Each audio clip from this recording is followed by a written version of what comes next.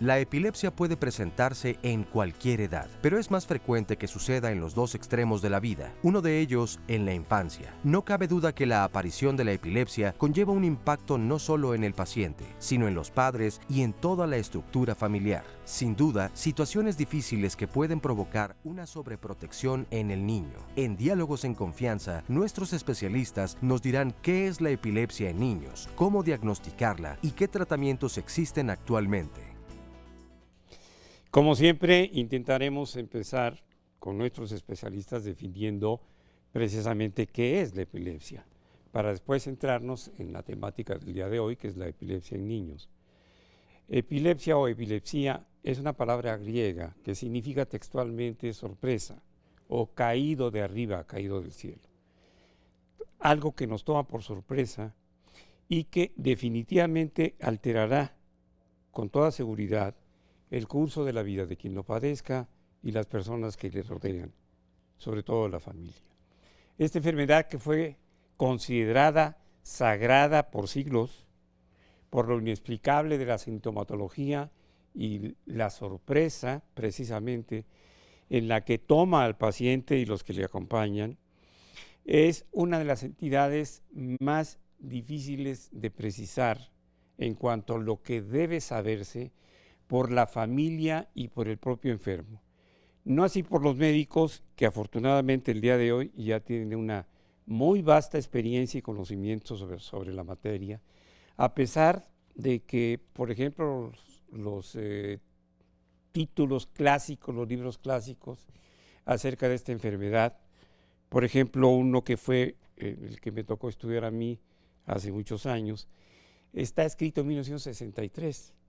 Las clasificaciones han variado. Cuando yo estudiaba se hablaba de una epilepsia en el recién nacido, una epilepsia del lactante, una epilepsia del niño en edad escolar y una epilepsia del adolescente. El día de hoy vamos a ver si estas diferencias continúan clínicamente siendo aceptadas, cuál es la adecuada denominación, qué debemos hacer y a quién debemos acudir. Para tocar el tema, está con nosotros la doctora Matilde Ruiz García, que ella es neuróloga pediatra del Instituto Nacional de Pediatría. La doctora Erika Rosario Aguilar, psicóloga clínica con especialidad en neuropsicología pediátrica del Instituto Nacional de Pediatría. Y el doctor Eduardo Quintero, que es neurocirujano y cirujano de epilepsia del Instituto Nacional de Neurología y Neurocirugía, doctor Manuel Velasco Suárez. Nora. Doctor, buenos días, bienvenidos todos. Si nos quiere seguir por internet, le doy la dirección, es http://canal11live.tv/internacional/, y por supuesto también está con nosotros Sandra y muchos testimonios el día de hoy. Así es, Nora, buenos días, doctor. Sandra González Rull, un abrazo con mucho cariño. Gracias. Por el cumpleaños reciente. Igualmente, déjenme les digo que hoy es cumpleaños del doctor Lamoglia, así que pues muchas felicidades, doctor, de parte de todos nosotros del equipo. Y decir que estamos haciendo este programa porque el pasado 26 de marzo fue el Día Mundial de la Epilepsia. Se iluminaron de morado varios monumentos de la Ciudad de México, entre ellos el Ángel de la Independencia. Si usted pasó por Reforma, todo el corredor Reforma estaba iluminado de morado y esta es la causa. Así que pues es importante hablar de esta enfermedad, de informarnos al respecto y vamos a ver la siguiente cápsula. La epilepsia es un desorden a nivel cerebral que provoca durante unos pocos segundos o minutos que el cerebro funcione con cierta anormalidad. La epilepsia se manifiesta por medio de crisis que varían según el paciente y la zona afectada del cerebro. Estas crisis son cambios en el comportamiento y en los movimientos del cuerpo, que van desde quedarse con la mente en blanco, absorbido en un episodio de ausencia y falta de atención repentina, hasta caídas y convulsiones. Una vez que el médico haya realizado los estudios necesarios y finalmente finalmente diagnostique con certeza que el niño padece de epilepsia, prescribirá el tratamiento más apropiado. La primera pregunta que uno se debe hacer ante el paciente es si tiene epilepsia o no. La segunda pregunta es si el paciente tiene crisis de inicio focal o generalizadas, porque los tratamientos son distintos. Si son focales, la siguiente pregunta es si responde al fármaco o no.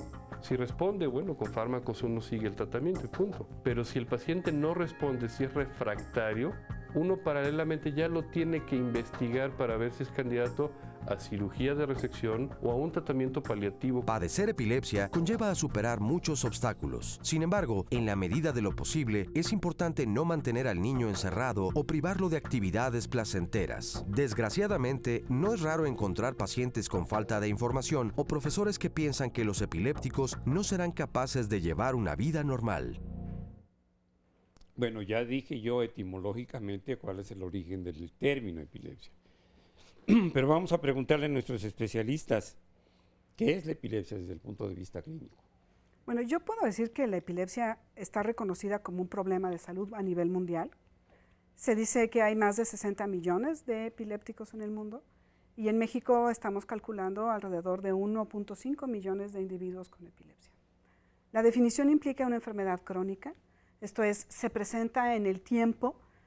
El tener una única crisis convulsiva no hace el diagnóstico de epilepsia, sino se requiere la recurrencia, la repetición de eventos convulsivos que pueden ser muy dramáticos, cuando alguien cae al piso y se mueve y se contorsiona, o pueden ser muy sutiles, especialmente en los niños pequeños, en donde a veces únicamente quedan con la mirada fija, cambian su conducta, hacen movimientos sutiles de la boca o de las extremidades. Estas crisis son breves, segundos a minutos, y se originan porque la corteza cerebral se sobreexcita. Hay alguna circunstancia, a veces una lesión anatómica, a veces un desorden solamente funcional, que hace que el funcionamiento de la electricidad sea inadecuado y se presentan estos episodios que la gran mayoría de las veces son iguales en el individuo. El individuo puede tener diferentes tipos de crisis, pero en general sigue un patrón y sus manifestaciones son semejantes cada vez que las tiene. Se puede presentar desde la etapa del recién nacido hasta el anciano y precisamente el niño, los primeros 5 a 7 años de vida y después de los 65 años de vida son los dos grandes momentos en donde la epilepsia se presenta con mayor frecuencia. Bueno, efectivamente es un problema de salud pública. Lamentablemente creo yo que si bien es cierto que a últimas fechas se le ha dado esta categoría de problema de salud pública, no se ha difundido tanto esta información, pese a que es un problema que le cuesta al Estado mucho más que otros problemas que son reconocidos como tales, como la diabetes o la presión arterial. A fechas recientes, en 2012, se publicó un estudio en los Estados Unidos en el cual hacen un análisis de los costos para el Estado de un paciente con epilepsia y un paciente con diabetes o con hipertensión. El costo aproximado dentro de los costos directos y costos indirectos de un paciente con epilepsia es alrededor de los $9,000 por año, de un paciente con diabetes alrededor de los $6,000 y de un paciente con hipertensión alrededor de los $1,000. Esto quiere decir que el costo para el Estado es mucho mayor de un paciente con epilepsia que con otro tipo de problemas. Sin embargo, la difusión de esta nueva enfermedad y que tiene tratamientos y que tiene una explicación y que no es solo una enfermedad sagrada como se le consideraba anteriormente, pues todavía no llega a todos los estratos. A mí me gusta hacer mucho una analogía para la definición de epilepsia, sobre todo para el público que nos escucha y para la gente que llega al consultorio. La epilepsia es como la tos para los pulmones, es decir, es una manifestación de algo que está ocurriendo mal dentro del cerebro. Es solamente una manifestación. Así como la tos es una manifestación de algo que está ocurriendo mal en los pulmones, la epilepsia es una manifestación de algo que está ocurriendo mal en el cerebro. Esto es, la tos me puede dar desde algo tan sencillo como que soy alérgico al polvo, o algo tan grave como que tengo un tumor en el pulmón. Igualmente la epilepsia puede ser provocada por algo tan sencillo en el cerebro como que algunas sustancias están en un desbalance, o puede ser por algo tan complejo como un tumor cerebral. Sin embargo, en los pulmones tenemos una gama no tan amplia de posibilidades que me puede dar tos, y afortunadamente para el conocimiento médico y para la población en general existe un conocimiento vasto acerca de las causas que lo puede generar, y para la epilepsia no lo es tanto. Es decir, en el cerebro todavía tenemos un desconocimiento acerca de las enfermedades que pueden provocar ciertas consecuencias. Afortunadamente, en las últimas décadas esto se ha ido esclareciendo cada vez más, y esto es lo que nosotros tratamos de difundir en este tipo de programas, y por supuesto que nosotros agradecemos que se abran estos foros, porque esto permite que la gente conozca que la epilepsia se puede curar, que la epilepsia se puede tratar, y que podemos brindarle mejor calidad de vida a la gente que lo padece y a la gente que está alrededor de las personas que lo padecen, ¿no? Y aunque, doctor, perdón, aunque hace falta mucha información todavía, aquí en Diálogos este tema lo hemos abordado desde hace muchísimos años, no obstante, todavía hace falta muchísima información porque un programa solo no puede hacer la diferencia. ¿Qué es lo que ha hecho falta entonces en todos estos años? Como bien decía Sandra, el que ya iluminen, lo platicábamos, sí, ¿verdad, Sandra? Que ya iluminen el paso de la reforma con este color morado, ya es un avance, pero ¿qué más hacer desde la cuestión médica para dar esta difusión? Bueno, hay un programa, el Programa Prioritario de Epilepsia, es uno de los grandes programas del sector salud que tiene como objetivo dar una difusión y ofrecer centros de atención integral para la epilepsia. Existen 60 y tantos centros de atención para la epilepsia integrales a nivel de toda la República. No son suficientes, pero es un gran esfuerzo del sector salud para intentar dar, por un lado, atención adecuada, orientación y difusión en cuanto a los conocimientos. Vamos bajo un estigma, tenemos que romper el estigma de lo que implica tener epilepsia, que es una enfermedad más, una enfermedad crónica más, que tiene un impacto en la vida de los individuos hasta donde nosotros lo permitamos. Porque si nosotros buscamos el que haya un buen reconocimiento y ofrecemos la mejor calidad de vida para nuestros pacientes y para sus familias, la epilepsia puede llegar a tener un menor impacto en ellos. Doctora, creo que eso es algo fundamental. Respecto a este estigma del que habla, yo he hablado con gente que su única idea de lo que es la epilepsia es lo que a veces pasa en algunas películas o en la televisión en cuanto a estos movimientos bruscos, estas sacudidas fuertes y muy impactantes que usted mencionaba. Pero para que quede más claro, ¿nos puede definir qué tipo de crisis hay? Y ya lo dijo brevemente, pero para que también la gente que no está familiarizada con esta enfermedad sepa que no nada más estamos hablando de estas sacudidas. O sea, la epilepsia abarca muchos tipos de crisis distintos, claro, incluso algunos que no se notan. Claro, Sandra, gracias. La Organización Mundial de la Salud y la Liga Internacional de Lucha contra la Epilepsia establece que hay dos grandes grupos de epilepsias. Las epilepsias parciales o focales, en donde en algún parte del cerebro viene una descarga eléctrica y esa descarga eléctrica genera una manifestación, que puede ser la desviación tónica de la cabeza, el movimiento del brazo, el parpadeo, movimientos de la boca. Es un origen focal. Y a veces ese origen focal se generaliza y entonces el paciente cae al piso y puede quedarse en una postura tónica o simplemente desmayado. Y las epilepsias generalizadas, en las cuales la manifestación involucra la pérdida de conciencia necesariamente. El paciente puede caer al piso, se sacude, se pone rígido o simplemente se queda en una postura con los ojos abiertos, habitualmente la desviación de los ojos hacia arriba, y rígido o flácido. Son los dos grandes grupos que establece la Liga Internacional de Lucha contra la Epilepsia. Hay un pequeño grupo que se llaman epilepsias no clasificables, en donde pueden caber otras manifestaciones. Tenemos aquí una llamada, Maribel Mota, gracias por comunicarse. Justo si le pueden aclarar, dice, mi bebé perdió el conocimiento por media hora y estuvo frío. Me dijeron que podría ser epilepsia. ¿Me pueden decir los especialistas al respecto algo? Pero no dice si fue una única ocasión. Pues nada más dice, perdió el conocimiento por media hora, estuvo frío. Supongo que debe ser una, doctor. Si te quieres volver a comunicar con nosotros, Maribel Mota, para que sea mejor la orientación. Porque la doctora ya había aclarado que el hecho de presentar una sola crisis no es epilepsia. ¿Cuál sería el criterio para que sí lo fuera? ¿La repetición de las crisis, la semejanza entre una y otra crisis? Sí. ¿La frecuencia? La frecuencia no, doctor, pero sí la repetición, eventos repetidos, similares, que se acompañan de manifestaciones electroencefalográficas frecuentemente.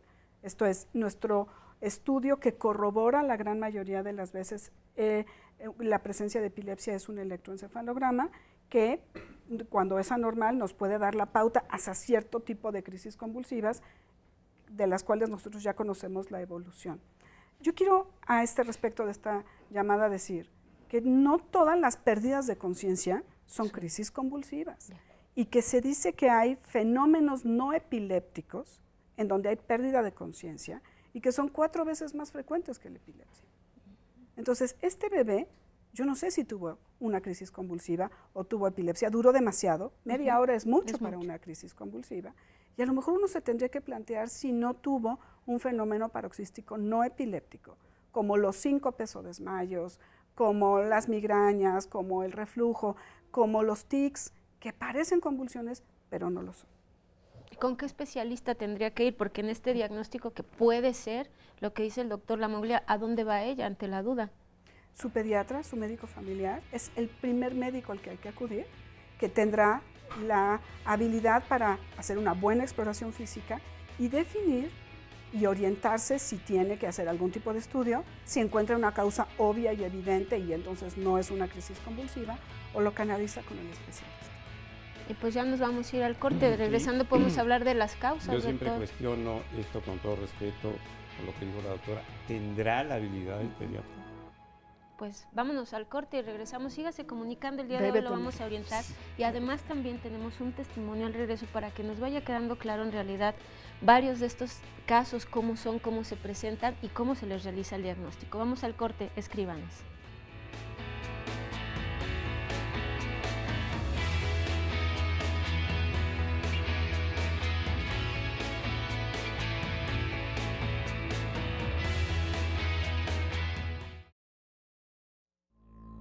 El niño tenía 1 año de edad cuando él presenta su primer evento epiléptico. Lo llevamos al médico y ahí nos indican que tenían que hacerle ciertos estudios. Se los realizan y ya es cuando nos indican a base de un electroencefalograma que el niño es epiléptico. En este momento está tomando valproato, que es un anticonvulsivo. Son muy distanciadas sus eventos, pero no aún totalmente controlados. Se siente una impotencia, una desesperación como madre, el querer tener el remedio, la medicina en la mano, ¿no? Para que el niño se componga, el no quererse dar cuenta de lo que está pasando. El médico lo único que me dice es que tenemos que seguir esperando a que el medicamento funcione. Al principio mis otros 2 hijos me reclamaban el tiempo, están pequeños, me decían que querían que estuviera más tiempo con ellos. Gracias al diálogo y el hacerles entender la situación en la que estábamos viviendo, siento que ellos han madurado mucho, me han ayudado y pues siento que a pesar de su corta edad pues son unos niños muy inteligentes.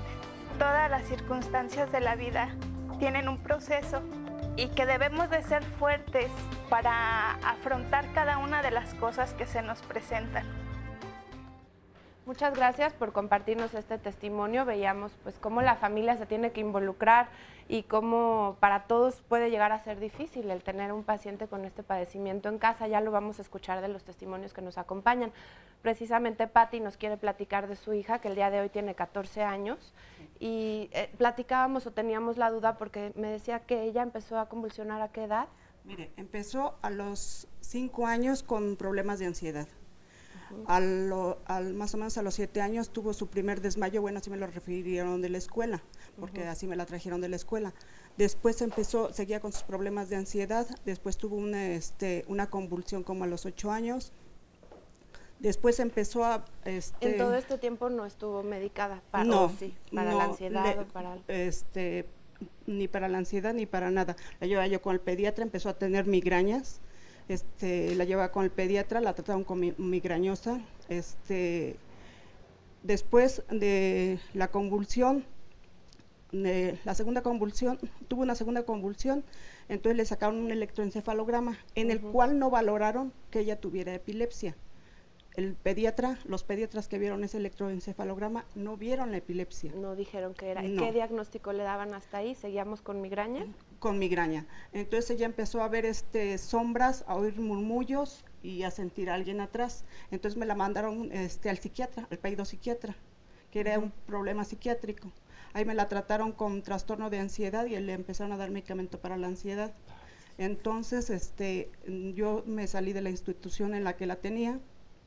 Después me la llevé a medio particular, la llevé a terapias particulares, empecé a buscar con un psiquiatra particular para ver qué estaba pasando con ese tratamiento que le mandaron. ¿Vio alguna mejoría? No, tampoco. No vi mejoría. La niña se empezaba a poner más mal en la ansiedad, o sea, era una cosa de que ya no quería salir, ya no quería jugar, ya no quería subirse a un columpio, ya siendo que era una niña que se subía a un tobogán de 10 metros, ya no se quería subir a un columpio. Empezó a empeorar su situación. ¿Y el día de hoy cómo está o cuál es la duda en la que le podríamos ayudar? Más que nada la ansiedad, porque la ansiedad empezó antes que todo. Ahorita, por ejemplo, le hicieron el último electroencefalograma, ya vieron que era la epilepsia. Desde el primero, cuando se la llevé, porque me dirigí a un neurólogo particular, vio en el neurólogo particular que sí había epilepsia. Le empezaron a medicar y ella ha mejorado mucho con la ansiedad, se le quitaron las migrañas. Con el tratamiento de epilepsia, con algún antiepiléptico. Con el valproato de magnesio, le dieron el topiramato y otra toma la carbamazepina para las sombras que ve. O sea, toma eso. La ansiedad se ha mejorado mucho, pero no se ha quitado al 100%, y esa es parte de mi duda. Y otra de mis dudas es que yo he tenido toda la vida epilepsia y me la diagnosticaron hasta apenas hace el año pasado. ¿Por qué dice que ha tenido toda la vida? Porque yo le referí al doctor mis problemas escolares, mis problemas incluso de infancia, que yo veía una película y me sentaba siempre como nueva la película. Y me decían mis hermanos que yo sufría de Alzheimer, que porque todo se me olvidaba.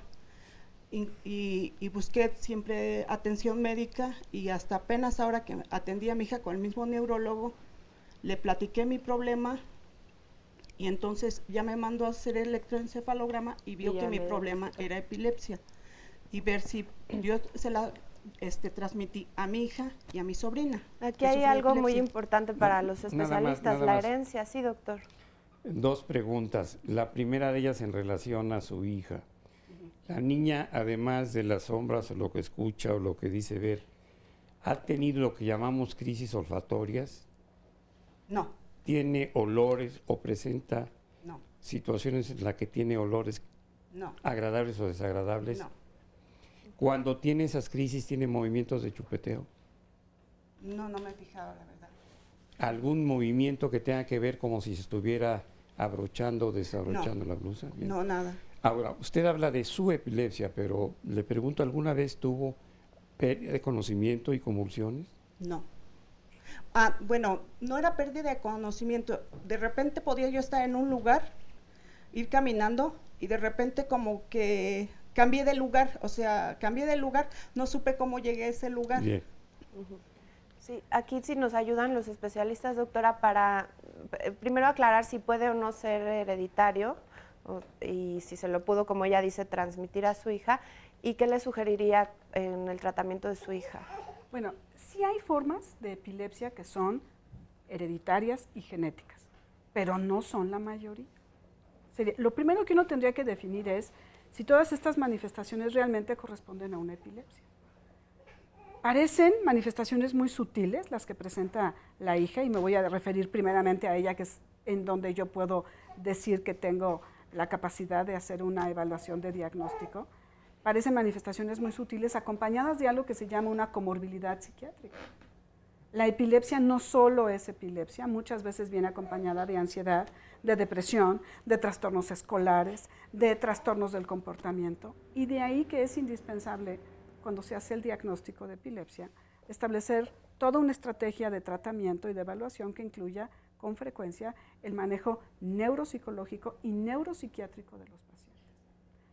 Parece que ha mejorado la migraña, han mejorado algunas manifestaciones sutiles que ha tenido esta jovencita, pero no hay otras que no han mejorado, que a lo mejor no representan una epilepsia y que lo que requieren es de un manejo emocional. Lo importante del diagnóstico oportuno, ¿no? Si nos pueden ayudar ahí. Me preguntaba también Ingrid, que está acá al lado de mí, sí es cierto que con cada crisis convulsiva o de algún tipo de crisis puede perderse o no neuronas, que se llega a decir esto, y si se puede agravar la condición de un paciente al no tener un control de esto. ¿Se puede agravar la condición epiléptica si no se lleva un tratamiento farmacológico adecuado? Sí. La consecuencia más grave de una epilepsia no tratada es un estado epiléptico, que es una condición que pone en riesgo la vida del individuo. Una crisis aislada o crisis aisladas está demostrado que no dañan y no generan pérdida de neuronas, pero la mejor recomendación es intentar llegar a un tratamiento adecuado para tener un buen control. La buena noticia es que 2/3 partes de la epilepsia se controlan.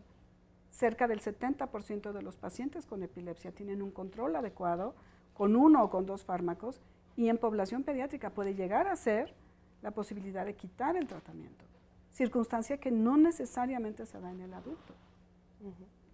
Ahora, hay algo que yo quiero preguntarle a los doctores. Cuando se habla de epilepsia benigna de la infancia o de otra entidad, epilepsia familiar congénita, ¿a qué se estarían refiriendo los especialistas? Porque cuando da esta información al público, la confusión puede existir entre lo que es literalmente una herencia y lo que es algo congénito. Y sobre todo cuando aparece en algunos miembros de la familia una sintomatología similar, esta pregunta a veces no tiene la respuesta por el especialista. Yo creo que en respuesta a esta pregunta, el término epilepsia significa acudir con un especialista, ¿no? Resulta muy complejo con un simple comentario realizar un diagnóstico, sobre todo cuando se trata de casos complejos, número 1. Número 2, en términos de clasificación de epilepsia, como ya lo mencionaba la doctora Matilde, se clasifican en focales, en generalizadas, y existe un grupo de inclasificables y otro grupo de sindromáticas o especiales, por decirlo de esta forma, para que lo entienda la gente. Y dentro de ese grupo se encuentra este término de epilepsia benigna de la infancia. El nombre concreto de la más frecuente es epilepsia rolándica benigna, que se llama de esta forma porque es una epilepsia que se resuelve, digamos, de forma sola, ¿no? Es decir, con tratamiento, sin tratamiento, al paso del tiempo se resuelve solita, ¿no? Entonces, por eso recibe este nombre de benigna. Pero es solamente una entidad de las que puede producir epilepsia y es una entidad hasta cierto punto rara. Yo me atrevería a decir que la epilepsia por sí mismo no es benigna en ninguna forma. Benigno sería no tenerlo. La epilepsia por sí mismo es, le podría decir yo en esta forma, entre comillas, maligna. ¿Por qué maligna? Porque yo le preguntaría a la señora, a la mamá de Patti, de qué forma ha repercutido la epilepsia de su hija en su desarrollo. Si ella tiene hermanos que no tengan epilepsia, usted haga la comparativa entre una y otra y usted dígale al público cómo ha repercutido esto en la vida de ella, en su vida social, en la vida familiar, en la vida de su escuela, en el tiempo que tiene que gastar ella en acudir a los hospitales, en el tiempo que le merma su calidad de vida. Es decir, la epilepsia, aun cuando se le quita en el lapso de 4, 5 o 6 años, durante esos 5 o 6 años ya fue un episodio que fue desagradable para el paciente y para toda la gente que lo rodea, ¿no? Pero yo no estaría tan convencida. Las epilepsias tienen, algunas de ellas, esta parte que se les llama benignas, porque no afectan la calidad intelectual, porque no son progresivas y porque permiten una buena calidad de vida cuando se establece un buen tratamiento. La epilepsia benigna de la infancia es una epilepsia genética que se presenta entre los 4 y los 12 años de la vida, y que el chico que tiene epilepsia benigna de la infancia tiene todas sus habilidades cognitivas presentes. Va a la escuela, puede hacer un deporte, puede desarrollarse y plantear un futuro de manera perfectamente similar a lo que lo hace el hermano, siempre y cuando tome su medicina y tenga los cuidados de no exponerse al desvelo intenso, al abuso de drogas, al alcohol, que pueden complicar su fenómeno epiléptico. Entonces, el contexto de benigno implica que no hay una progresión y que hay un buen control y que hay un fenómeno genético, igual que las ausencias o las epilepsias mioclónicas juveniles, que tienen un contexto similar.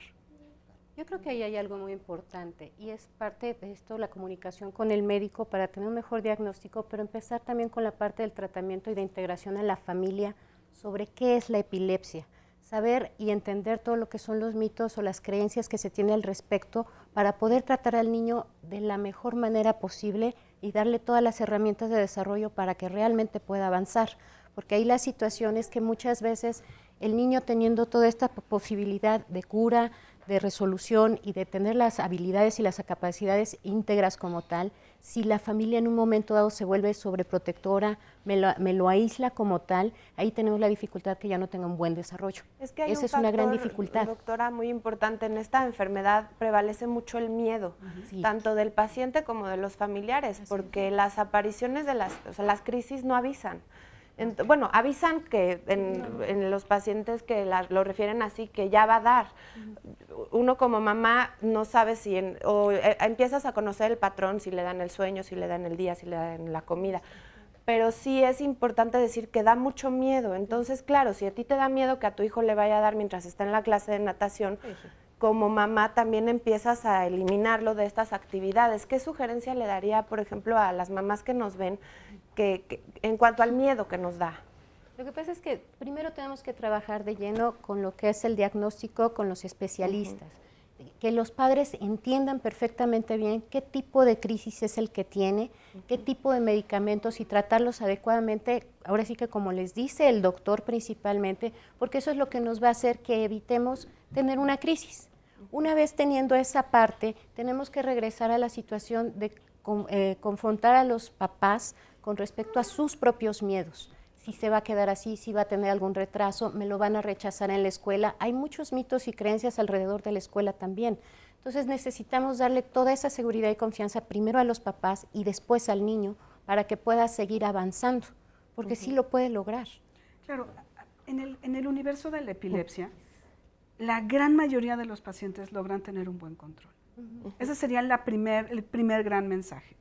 No todas las epilepsias son tan graves. Si yo hago un buen diagnóstico y me enfrento a una de estas epilepsias de buen control, toda mi estrategia debe ir acompañando al paciente y a su familia para que impacte lo menos posible en el desarrollo.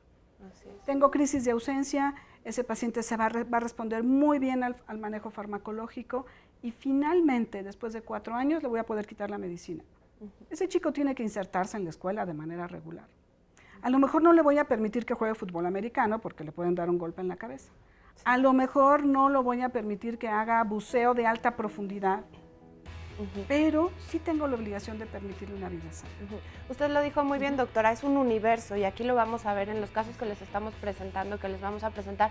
Cada uno de los niños tiene síntomas muy distintos, tiene un pronóstico distinto, una causa incluso distinta. Entonces sí, es clarísimo, es un universo, un mundo enorme. Doctor, tenemos que hacer una pausa. Se ha estado admitiendo, aunque para los médicos no, la gran cantidad de epilepsias no convulsivas, porque mucha parte del público epilepsia lo hace o lo considera sinónimo de convulsiones únicamente. Vamos a una pausa y volvemos.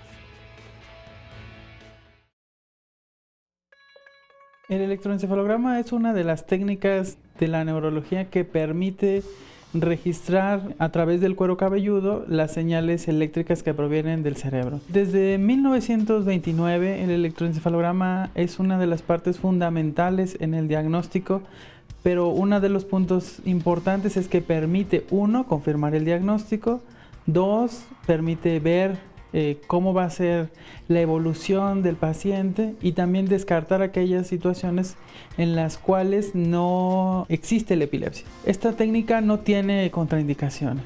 Incluso pueden colocarse al nacimiento si es que existe la sospecha de que hay un problema en el neurodesarrollo o en el desarrollo del producto, del bebé al nacer. El electroencefalograma es un registro que inicialmente era en papel, actualmente es digital y permite observar de manera directa y amplificada las ondas cerebrales. Es una técnica que tiene una duración aproximadamente de unos 30 minutos.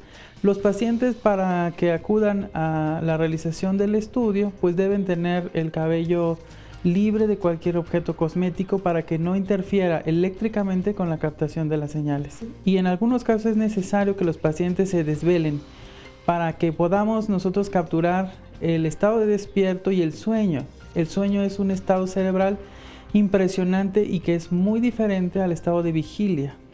Pues el día de hoy que estamos hablando sobre la epilepsia en niños, esto de verdad es un tratamiento integral, por eso le presentamos cápsulas con testimonios, con esta cápsula del electroencefalograma que es parte del diagnóstico, que es importantísimo que se lo realicen. También tuvimos una cápsula introductoria explicando qué es la epilepsia.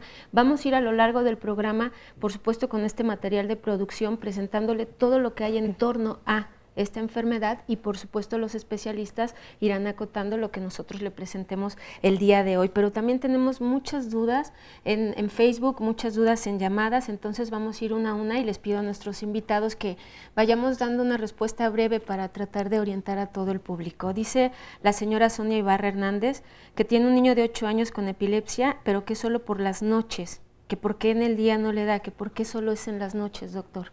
Son características semiológicas de diferentes tipos de epilepsia, ¿no? Esto a los especialistas nos orienta a identificar qué tipo de epilepsia es, ayuda para el diagnóstico, ¿no? Y es propia de ese tipo de epilepsia que tiene, ¿no? ¿Y será siempre en las noches? En el caso de él, sí.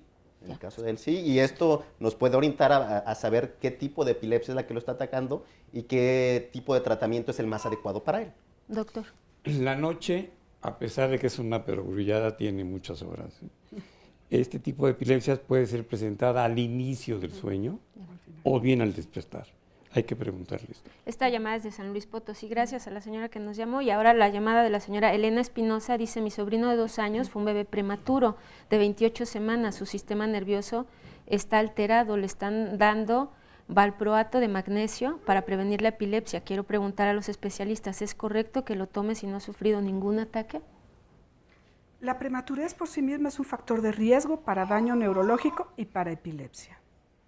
Las crisis neonatales son muy sutiles y a veces nos cuesta mucho trabajo identificarlas, y es a través de estudios de electroencefalograma donde vemos y encontramos alteraciones que hacen pensar que el paciente ha tenido descargas irritativas. El valproato es un buen medicamento, es una indicación que seguramente esta señora tendrá que platicar con su médico de por qué la está dando, pero no es una mala indicación en pacientes con características específicas. Dice la señora Marlet, cuando mi hijo era bebé sufrió convulsiones, el médico le dio medicamento, el cual lo tomó durante 8 meses y ya no tuvo problemas. En la actualidad mi hijo de 13 años ha empezado a tener movimientos que no puede controlar sin llegar a ser ataques de epilepsia. Estos movimientos son normales, quizás usted ya nos había explicado al inicio del programa, pero hay gente que apenas nos acaba de sintonizar, entonces tiene estas dudas, doctora.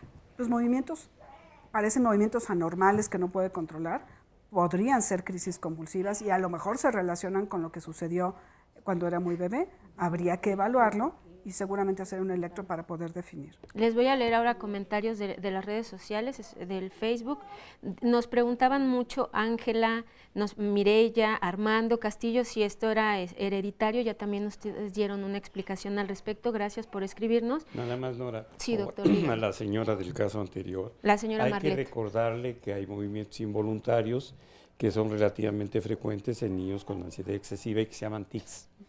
Y muchas veces muchos médicos desafortunadamente los consideran síntomas de epilepsias, o bien le recetan medicamentos anticonvulsivantes a alguien que tenga nada más tics, entonces hay que hacer la diferencia clínica. Y hay que ir con un especialista que sí tenga la información, doctor, ¿no? Bueno, se supone que deben tenerla todos, pero recuerden que, bueno, si ha habido presidentes que no... Bueno, ¿para qué digo cosas? Voy a leer una más, Sandra, y te mando para allá con los testimonios, porque también hay esta cuestión, ya nos están hablando sobre la cuestión social. Dice Mireya Lagunas, y esta parte de la aceptación de los padres. Dice, mi sobrina le diagnosticaron epilepsia criptogénica, que ahorita si quieren nos explican brevemente qué es. ¿Qué instituciones podemos visitar? Tiene 13 años y actualmente no quiere asistir a la escuela por las burlas de los compañeros. Y así tenemos más comentarios. Criptogénico significa de causa no específica. Es un término que usamos. Las epilepsias pueden ser sintomáticas por causa conocida, idiopáticas o genéticas, y criptogénicas de causa no reconocida y que requieren de una evaluación mucho más precisa. Eso es lo único que implica ese término. Yo creo que habría que darle un buen tratamiento para asegurarse que disminuyan o desaparezcan las manifestaciones y se pueda reinsertar a la escuela esta jovencita. Otro error médico, por ejemplo, es confundir a veces al paciente, no sé si en forma deliberada o incluso con crueldad deliberada, usando una terminología que muchos no pueden identificar porque no llevaron en la secundaria raíces griegas y latinas o en la vocacional o en la prepa. Criptos quiere decir oculto, como una cripta. Lo que está oculto, lo que se desconoce, cuál es el origen, como lo señala la doctora, se llama criptogénico. En lugar de decir el nombrecito, hay que decir no sabemos cuál es el origen de esto y por eso se llama criptogénico. Doctor, en el caso de Susana, bueno, de su hijo, ella sí sabe la causa de las convulsiones y tiene una duda, porque antes de salir al corte usted decía que había que distinguir entre las crisis convulsivas. Exactamente, y las que no se notan como estas sacudidas. Ya mencionamos algo al principio del programa en este sentido, pero a ella le surgió la duda. De epilepsia y crisis convulsivas. O sea, ¿su hijo qué tipo de crisis tiene? Él, pues yo creo que la tiene combinada, porque por lo que estaban explicando, hay una forma en que él hace un movimiento y es focal, pero después de ese movimiento él entra totalmente pierde el conocimiento. Me decía que tuvo un tumor, el sarcoma meningio, y después de 10 años de eso él tuvo el tratamiento de radioterapia y quimioterapia. En el caso de él fue uno de los primeros pacientes que se trataron con quimioterapia. Y no sé si esto fue la causa de que después de 10 años de ese problema, un día amaneció él convulsionando. Seguramente por lo que comenta, señora, él tiene un tipo de crisis que se catalogan como crisis parciales secundariamente generalizadas. Esto es, empiezan en una región del cerebro y precisamente por eso da una manifestación focal, mover únicamente su cabeza, y secundariamente esta actividad se generaliza a todo el cerebro y por eso pierde el conocimiento y hay unas manifestaciones más generalizadas, digamos, mover todo el cuerpo, etcétera. Definitivamente que el haber tenido una tumoración cerebral es un factor de riesgo para tener, para tener epilepsia, y lo pudiéramos prácticamente asegurar que es secundario a ello. Digo, habría que hacer una serie de estudios para poder determinarlo.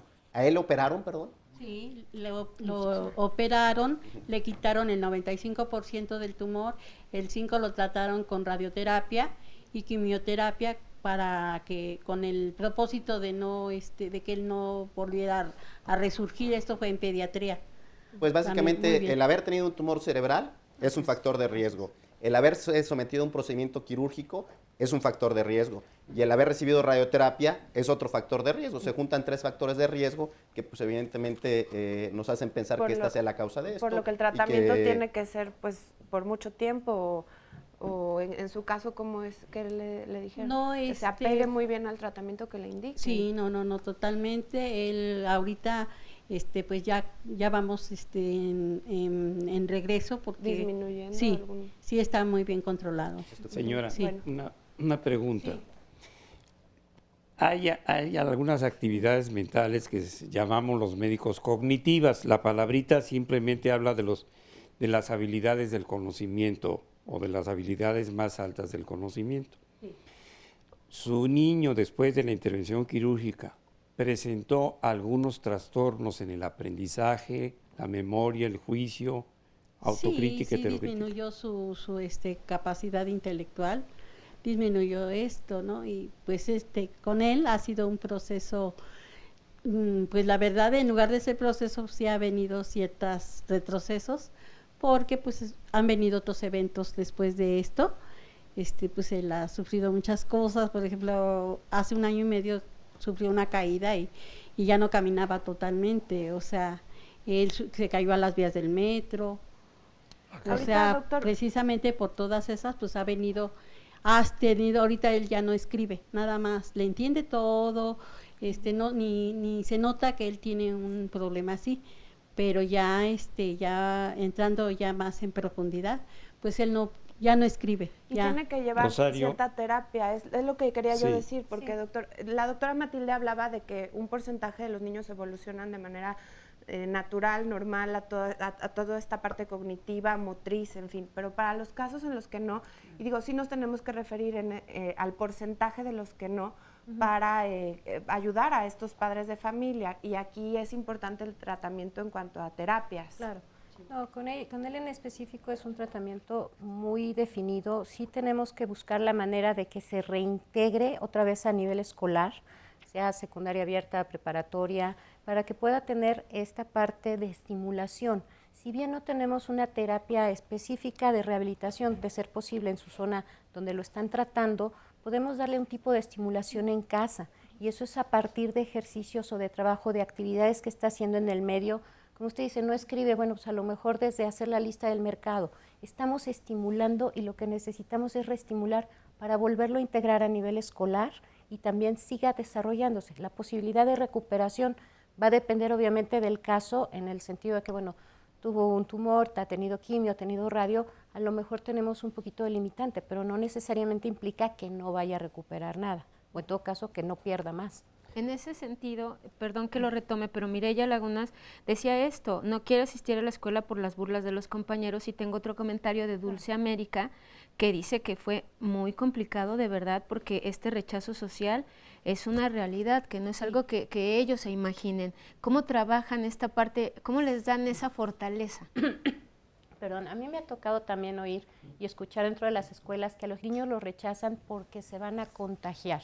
Entonces, por eso también estaba refiriendo a la importancia de saber qué es la epilepsia y desde ubicar que no es una enfermedad contagiable, y a partir de ahí, por eso era trabajar también con los médicos, de poder definir, darles explicaciones, ir a las escuelas y darles explicaciones. Aquí sería más que nada una situación de terapia emocional, tanto para la mamá como para la hija, porque muchas veces, bueno, el impacto emocional que tiene en la familia, todo este padecimiento nos genera una serie de cuestionamientos, miedos, dudas sobre qué va a pasar más adelante, qué va a ser de mi hijo, si voy a lograr o no voy a lograr, la sobreprotección o el abandono de los mismos. Entonces sí se tiene que trabajar directamente con la familia en terapia emocional, porque también muchas veces esos miedos se los pegamos al niño. No es necesariamente que el niño tenga miedo, sino también es así de, cuidado, no te vas a mover o no te va a pasar algo, porque te puede pasar.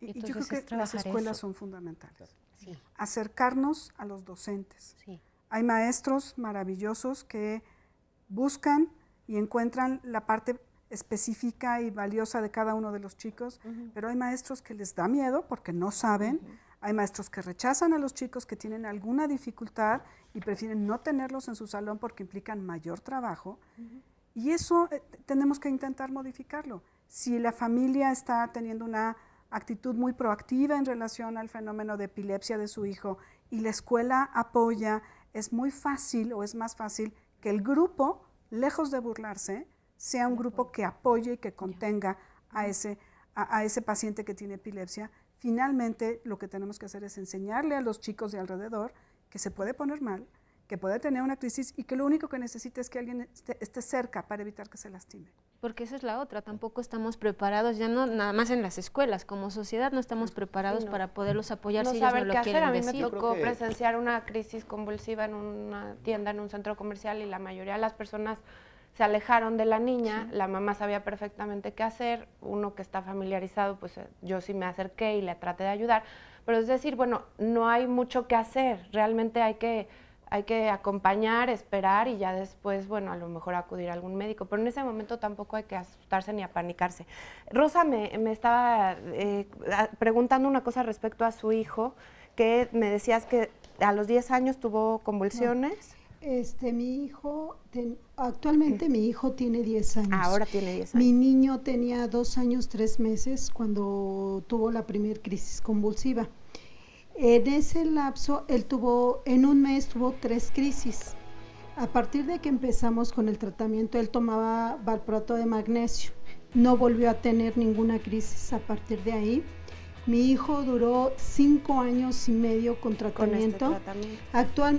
Se lo cambiaron porque el valproato de magnesio me lo irritaba mucho. Duramos un tiempo y después empezó a tomar valproato semisódico. Mi pregunta es, mi hijo ya tiene más de 2 años sin tratamiento, bueno, se lo quitaron paulatinamente el neurólogo, y mi miedo es, ¿él puede volver a convulsionar? Hay muchas dudas en este sentido. Regresando de la pausa podemos responderle y también responder a la gente que nos está diciendo por cuánto tiempo tienen que tomar el medicamento los niños que son diagnosticados. Ahorita regresamos.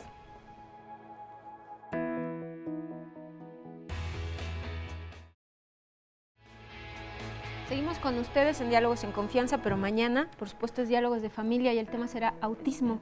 Vamos a conocer también cómo se llega a este diagnóstico, cuáles pueden ser los síntomas y, lo más importante, cuáles son los tratamientos para cada pequeño y si en realidad puede haber una integración a la familia y a la sociedad. El día de mañana los especialistas nos lo contestarán a las 9:30 de la mañana. Si usted quiere compartir su testimonio, comuníquese con nosotros, los teléfonos aparecen en pantalla y ahora vamos a ver un resumen de lo que nos han dicho los invitados sobre la epilepsia.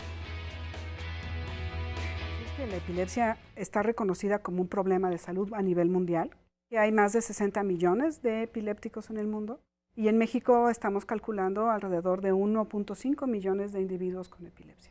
Y se originan porque la corteza cerebral se sobreexcita. Se puede presentar desde la etapa del recién nacido hasta el anciano. Es una manifestación de algo que está ocurriendo mal dentro del cerebro. Es solamente una manifestación, que la epilepsia se puede curar, que la epilepsia se puede tratar y que podemos brindarle mejor calidad de vida a la gente que lo padece y a la gente que está alrededor de las personas que lo padecen, ¿no? Que hay 2 grandes grupos de epilepsias, las epilepsias parciales o focales y las epilepsias generalizadas. Nuestro estudio, que corrobora la gran mayoría de las veces la presencia de epilepsia, es un electroencefalograma. Se puede agravar la condición epiléptica si no se lleva un tratamiento farmacológico adecuado. La consecuencia más grave de una epilepsia no tratada es un estado epiléptico, que es una condición que pone en riesgo la vida del individuo. Los padres entiendan perfectamente bien qué tipo de crisis es el que tiene, qué tipo de medicamentos y tratarlos adecuadamente. Mi niño actualmente tiene casi 8 años. Empezó toda la problemática de la epilepsia a los 8 meses de edad. Primero mucho aleteo en las manos, trompetillas obsesivas, los ojitos se le iban para arriba, movimientos involuntarios, dejó de mirarme a los ojos, dejó de estar presente, mi hijo dejó de estar en este mundo. Tenía unos llamados dropheads, que son crisis de ausencias por segundo. La verdad me sentí muy angustiada, no sabía qué tenía mi hijo. Estaba muy desconcertada, nunca había visto esos síntomas, no sabíamos qué hacer, lo llevamos con el neurólogo. Le mandaron a hacer estudios, primero un electroencefalograma y luego una resonancia magnética. Nos dijeron que era una epilepsia, pero no sabían qué tan fuerte podía ser. Y hubo combinaciones de muchos antiepilépticos antes de diagnosticarlo con epilepsia de difícil control. La única solución era una cirugía.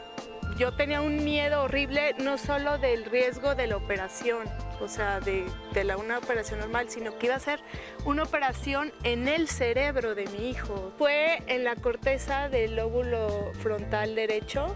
La operación contaba de una callosotomía, que es un corte en el hemisferio derecho y izquierdo, lo que une al hemisferio derecho y izquierdo, y la otra era sacarle el foco epiléptico más fuerte que se encontraba en la corteza del lóbulo frontal derecho, que en el caso de Oscar, gracias a Dios, estaba concentrado en ese lugar y por eso fue candidato a cirugía. Había un riesgo de que mi hijo perdiera el movimiento del lado izquierdo de la mano. La familia cooperó para la operación, estuvieron todos presentes, en la recuperación nos turnábamos por días. Él tuvo 10 días de temperatura, que creían que era infección, pero no fue infección, realmente fue lo que su organismo respondió ante tal invasiva operación. Y de ahí en fuera mi hijo me miró otra vez, por primera vez, y estaba con nosotros Oscar nuevamente. O sea, para mí el día de su operación Oscar volvió a nacer. Veíamos este testimonio que, bueno, muchas gracias por la confianza, por compartirlo con nosotros, y es uno de los casos de más difícil control, en donde no se respondía solamente a un tratamiento medicamentoso y hubo que tomar otras medidas, de las cuales vamos a hablar un poquito más adelante, que nos ayuden los los expertos, el neurocirujano específicamente, que nos aclare en qué casos se puede llegar a este tratamiento. Pero antes de pasar a eso, nos quedábamos con la duda de Rosa y de muchas personas del público, Nora, me parece que también te están preguntando ¿cuánto tiempo dura el tratamiento? Si se va a tomar el medicamento por siempre y si pueden regresar las crisis una vez que pasaron muchos años que no se han presentado. No, e incluso todavía no hemos hablado del tratamiento, pero ya Margarita Giles de Cuernavaca incluso nos pregunta si tiene cura o no tiene cura. Y hay personas que nos dicen, como Luisa Martínez, que ella desde dice que a los 8 días de nacida tardó mucho tiempo para nacer, traía doble vuelta del cordón umbilical, nació amoratada y bueno, tuvo eventos ya de adolescente, tuvo eventos de migraña, desmayarse, era epilepsia. Ahora ya tiene 62 años y tiene 18 años con la epilepsia en remisión, sin medicinas, controladas. Entonces, de ahí todas estas dudas de cuánto tiempo los tratamientos. Sí, nada más que yo quisiera suplicarle al público, porque hemos hecho de esto un ejercicio también para conocimiento del público. El tratamiento es al final. Vamos a tratar de seguir describiendo lo que son las formas de epilepsia. Ya se hablaron de las más frecuentes en lo poco que se puede con el tiempo limitado. Hablamos incluso de epilepsias benignas, pero hay que hablar de las epilepsias muy graves, pero muy graves, como la que presentaba este chico que acabamos de ver en el testimonio. Y yo quisiera que nos hiciera favor, doctora, de hablarnos de las dos formas de epilepsia de la infancia que se consideran clínicamente más severas y que pues tienen un cierto grado de frecuencia que las hace desconocidas a la mayor parte de los médicos y del público. Y ahí, ¿cuáles son las formas de tratamiento? Claro, bueno, creo que tenemos necesariamente que hablar de lo que se llama el síndrome de West, que es una de las formas más graves de epilepsia de la infancia. Se presenta en el primer año de vida. Algunos de los niños tienen antecedentes perinatales como prematurez o hipoxia. Algunos niños no tienen ningún antecedente y entre el tercero y el quinto mes de vida empiezan a manifestar como espasmos en el cuerpo que los obligan a irse hacia adelante como si tuviesen cólicos. De hecho, muchos médicos los confunden con cólicos. Y estos se llaman espasmos infantiles. Se pueden presentar muchas veces al día, casi al despertar, casi al terminar el sueño, y se acompañan de retraso psicomotor. Esta entidad es poco común, representa solo el 3 al 5% de todas las epilepsias infantiles, pero es muy grave porque es resistente a los tratamientos habituales. Los fármacos no son tan eficientes como nos gustaría que fuesen y se acompañan necesariamente de retraso en el desarrollo. A veces se tienen que usar tratamientos especiales, inmunoglobulinas, esteroides, dieta cetogénica, para intentar controlar las crisis, ya que si no se controlan, estas sí, en forma muy particular, generan un deterioro de la actividad intelectual de los chicos. La otra gran forma de epilepsia grave de la infancia se llama el síndrome de Lennox-Gastaut. Aparece entre el primero y quinto año de la vida y son chicos, muchos de ellos con antecedente de hipoxia, con antecedente de neuroinfección, con traumas de cráneo severo, que empiezan a tener crisis de diferente tipo. Ausencias, crisis parciales, crisis atónicas, como se mencionaba, hot drop attacks, en donde el paciente cae al piso como si fuese golpeado por algo en la espalda, y se presentan nuevamente muchas veces al día, llegan a desarrollar varias veces estados epilépticos y necesariamente hay retraso del desarrollo. Son las formas más graves de epilepsia, 3 a 5% en la mayoría de las series, y representan realmente un reto para la familia, y para los médicos, y para los psicólogos, y para los profesores, porque se tiene que hacer un trabajo y una estrategia integrada a cada uno de esos niños para intentar sacar el máximo provecho de ellos. Precisamente aquí tengo a dos mamás de niñas, en este caso diagnosticados con síndrome de West, que nos pueden decir pues su experiencia y cómo han enfrentado este reto, doctora, del cual usted habla. Ingrid. Hola, ¿qué tal? Buenos días. Y bueno, mi niña fue diagnosticada con síndrome de West después de los 6 meses de edad. Ella fue prematura. Después de una aplicación de una vacuna, de la pentavalente, ella empezó a presentar crisis convulsivas, pero eran espasmos realmente. No se los pudimos controlar hasta la edad de los 4 años y efectivamente, bueno, ocasionó todo esto un retraso motor, pero cognitivamente ella es una niña que nos entiende todo, nos comprende todo y que bueno, finalmente estamos en una lucha día con día. Una duda que yo tengo es, ella ya no tiene crisis convulsivas, ahorita tiene 7 años, desde los 4 años está controlada. ¿Cómo puede ser frecuente que regresen estas crisis o ya está controlada? Ya tiene más de 3 años que estas crisis desaparecieron, entonces ¿puedo retirarle medicamento o lo va a tomar de por vida? Y también, bueno, Doctora, esta pregunta prevalece mucho, si nos ayudan a... Permítame un momentito, ¿esto es un síndrome de West?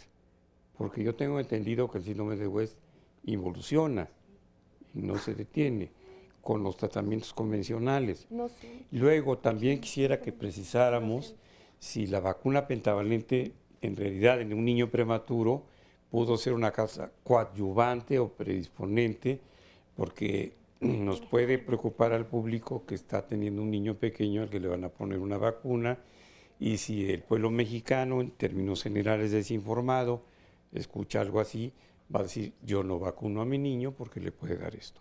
Es una pequeña precisión, si me hacen favor. Bueno, el síndrome de West, en términos generales, es esta epilepsia catastrófica, sí puede controlarse en una minoría de los casos, 10 a 15%, creo que podríamos decir que su chica es una chica privilegiada por haber tenido una forma grave de epilepsia, pero que está controlada. Muchos niños con West evolucionan a Lennox o evolucionan a epilepsias parciales. Realmente, teniendo un paciente con síndrome de West controlado, yo no le quitaría el medicamento. Tendría que esperar mucho más tiempo. ¿Cuánto tiempo más o menos? No creo que pueda definirse, porque el riesgo de que evolucione o se reactive la epilepsia es muy alto. Doctora, y en los casos que no son West, porque no le pudimos responder a Rosa, ¿cuánto tiempo tienen que tomar el medicamento para considerar empezarlo a disminuir y si pueden regresar estas crisis? El quitar el medicamento depende de la causa, del tipo de epilepsia y de poder tener por lo menos de 3 a 5 años libres de crisis con electro normal. El electro es muy importante. Claro, okay. Si el electro no es normal, sería poco prudente quitar el medicamento. Cuando se quita, hay que hacerlo lentamente. Y el riesgo de que reaparezcan las crisis, dependiendo del paciente, es del 10 al 35% en los siguientes 5 años. Entonces, no es el riesgo en cero. Tenemos que darle la oportunidad a cada paciente de quitar el medicamento cuando es oportuno. Okay. La vacuna pareciese un factor coincidental. El mayor factor de riesgo para su nena fue la prematurez. A lo mejor una vacuna lo que genera es fiebre, y la fiebre es un factor desencadenante de crisis. Yo nunca le quitaría las vacunas a un paciente. Al contrario, tenemos que tener un esquema de vacunación óptimo en este tipo de chicos. Tocó un tema importantísimo, doctora, las crisis febriles. Precisamente acá en el público me estaban preguntando esto. Hay una persona que ahorita me va a tratar de acercar que dice que su hijo ha convulsionado 3 veces con fiebre, cuando está empezando a subir la fiebre, aproximadamente 37,5 de fiebre. ¿Qué relación tienen las crisis febriles con epilepsia, si es que la hay? Las crisis febriles, por definición, es una alteración benigna dependiente de la edad. Los niños sanos, con alguna tendencia familiar, pueden llegar a tener crisis convulsivas cuando la fiebre sube por arriba de 38,5 grados, justo cuando inicia un cuadro infeccioso. Si solamente hay crisis febriles, la mejor recomendación es no llamarle epilepsia y la mejor recomendación es no darle tratamiento, pero sí controlar los eventos febriles en donde el paciente puede convulsionar. Cuando las crisis repiten más de 3 veces, sí existe un riesgo mayor de desarrollar epilepsia en el adulto, especialmente epilepsia del lóbulo temporal. Pero tiene que haber una repetición intensa de las crisis. A ver, cuéntanos tu caso. ¿Cuántas veces me decías? 3 veces. Bueno, mi niño se me convulsionó, sí, como 3 o 4 veces. Primero de chiquito, de bebé, se me convulsionaba, pero apenas por las fiebres, porque le subía. Mi pregunta también con los médicos era, ¿por qué le subía tanto la temperatura? Y con ningún medicamento para la garganta, ningún antibiótico se le quitaba la fiebre. Yo le ponía paños y ni aún así se le quitaba. Ahorita ya no me pasa, porque en cuanto le da fiebre, yo lo pongo en agua tibia, pero bueno... desde que empezó con las fiebres mi niño a convulsionarse, ahora cuando se duerme empieza con movimientos involuntarios y mi pregunta es esa, ¿Qué secuelas fue que le dejaron las convulsiones a mi niño? En este tiempo hay que decir que no le han dado ningún medicamento. Valproato de magnesio, lo toma valproato de magnesio. Específico para las crisis convulsivas, porque también me decías que tiene un tratamiento para el déficit de atención. Ajá. Y bueno, y también el valproato me ayudó mucho porque desde que mi niño toma el valproato ya no sé, su inquietud ya no es igual, como que sí bajó mucho, entonces a lo mejor, no sé, va de la mano ese problema, como es neurológico de las convulsiones. Entre ambas cosas. Sí. Habría que definir si son realmente crisis febriles. Las crisis febriles, como crisis que se presentan entre 6 meses y 6 años, con fiebre exclusivamente, la recomendación de las academias de medicina y de pediatría es no darles un tratamiento, pero claro, se tiene que descartar que no sea el inicio de una epilepsia, y para eso nuevamente la exploración física y el electroencefalograma pueden ser de utilidad. El electro, la herramienta necesaria. De hecho, se acaba de publicar un estudio en Europa donde estudian precisamente solo crisis febriles y la repercusión que esto pudiera tener con la epilepsia del lóbulo temporal, que es la asociación más frecuente. Es decir, el paciente que tiene crisis febriles, el mayor riesgo que tendría sería de presentar epilepsia del lóbulo temporal en la edad joven o en la edad adulta. Se hizo un estudio en el cual se estudió a todas las personas que tenían crisis febriles y se les hizo un análisis genético. Se vio que de todas las personas que tenían crisis febriles, solamente 30% de estas personas desarrollaban epilepsia del lóbulo temporal, solamente 30%, y que estas personas que desarrollaban epilepsia del lóbulo temporal sí tenían una alteración en el cromosoma número 2, es decir, solamente el 30% de todos los pacientes que tienen una crisis febril podrán desarrollar epilepsia del lóbulo temporal en la edad adulta. Sin embargo, tu niño está dentro del 70% que no lo va a hacer o dentro del 30% que sí lo va a hacer, no lo sabemos. Y finalmente la recomendación que vierten ellos es esperar hasta la edad adulta o hasta la edad joven en la cual se presente o no se presente la epilepsia para poderle dar Regresando del corte, ¿no? Ampliamos la información sobre esto y por supuesto el tratamiento.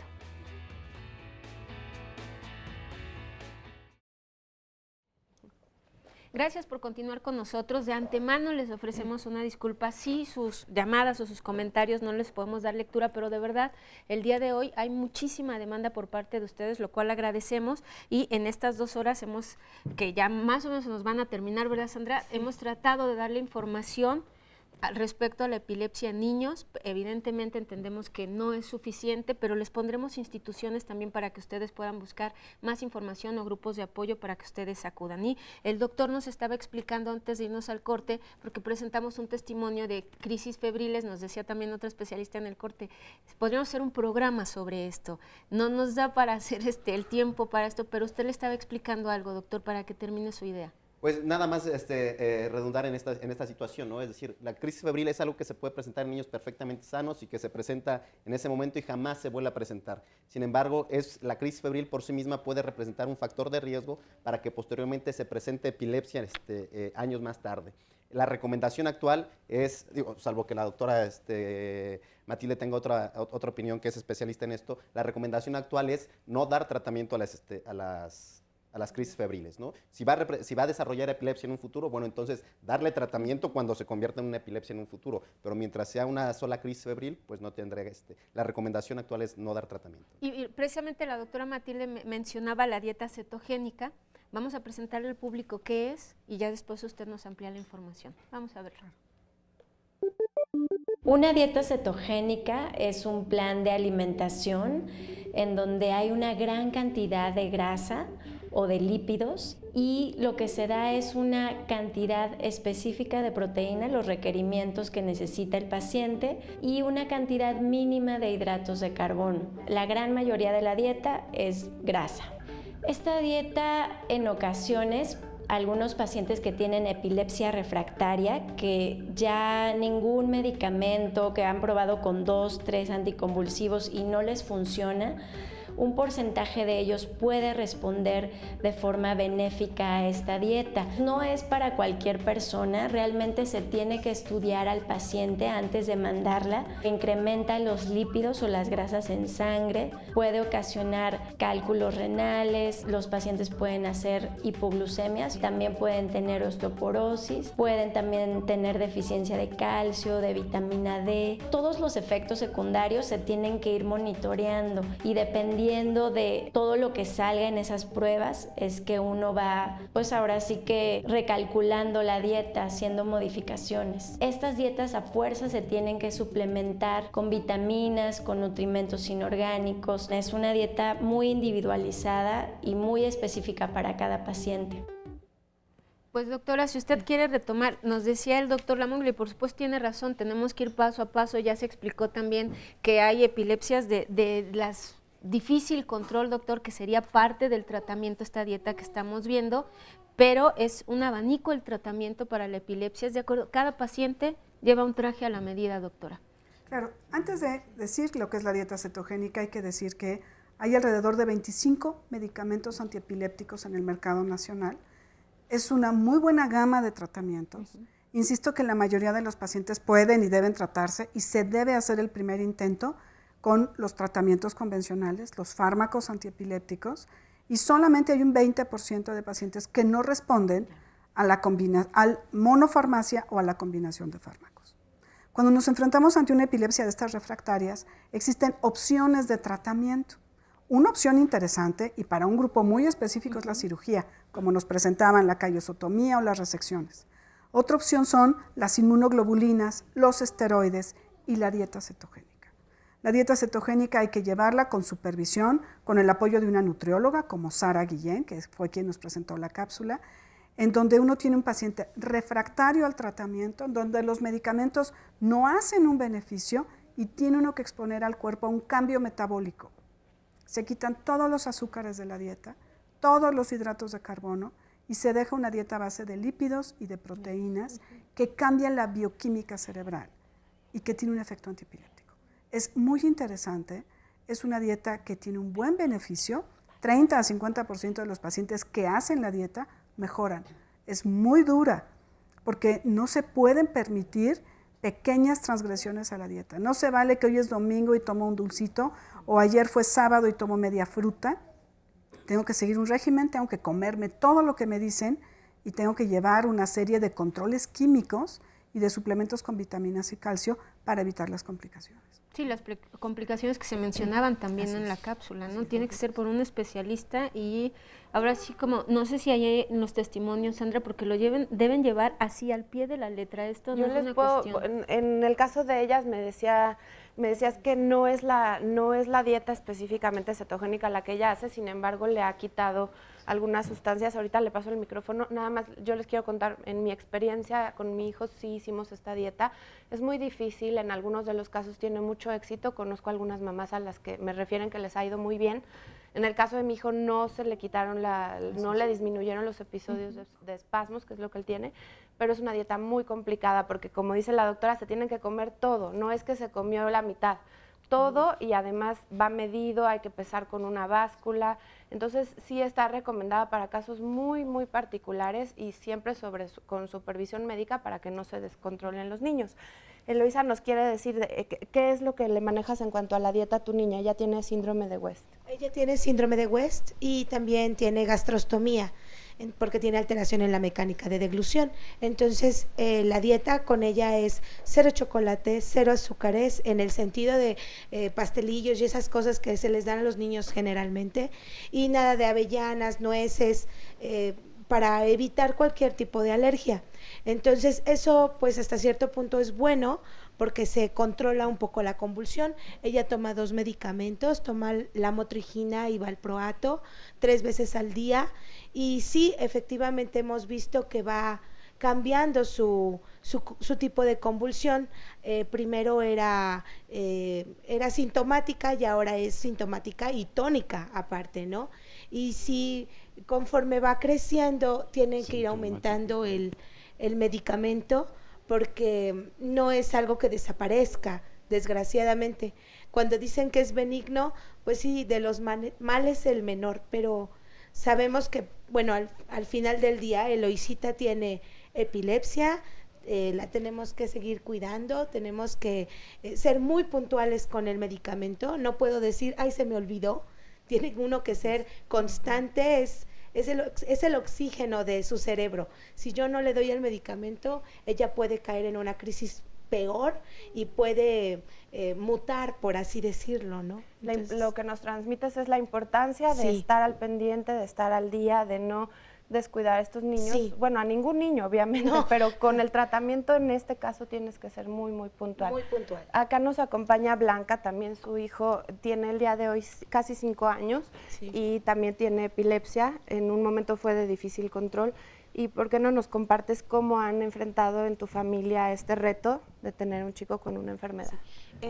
Bueno, cuando Juanjo nació, nació perfecto, nació por cesárea.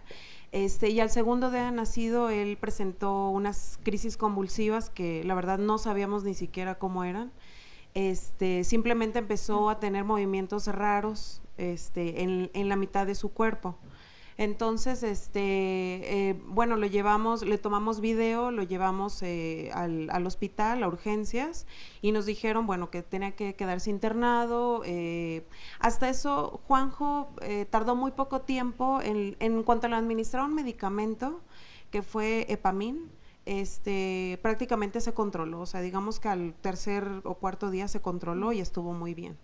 Hasta los 6, 7 meses, Juanjo recayó y recayó muy fuerte. O sea, se llaman head drops o en español, no sé. Sí, lo mencionaba la doctora Matilde. Exacto, se le caía a él su cabecita, su cuerpo, sus piernas y sus brazos los hacía para adelante. Y entonces, incluso llegamos a pensar que él tenía síndrome de West. Pero bueno, a través de un electroencefalograma, se descartó. Entonces, conocimos a la doctora Matilde y con ella llevamos un tratamiento muy bueno y por fortuna... Llevan una combinación de medicamentos. Exacto. Que también hay que decir, bueno, hay que ir probando, no siempre el primer medicamento es el que funciona. Exacto. Hay combinaciones. Toma muchos medicamentos. Tu familia en la parte emocional, ¿cómo lo manejan? ¿Se han acercado a alguien?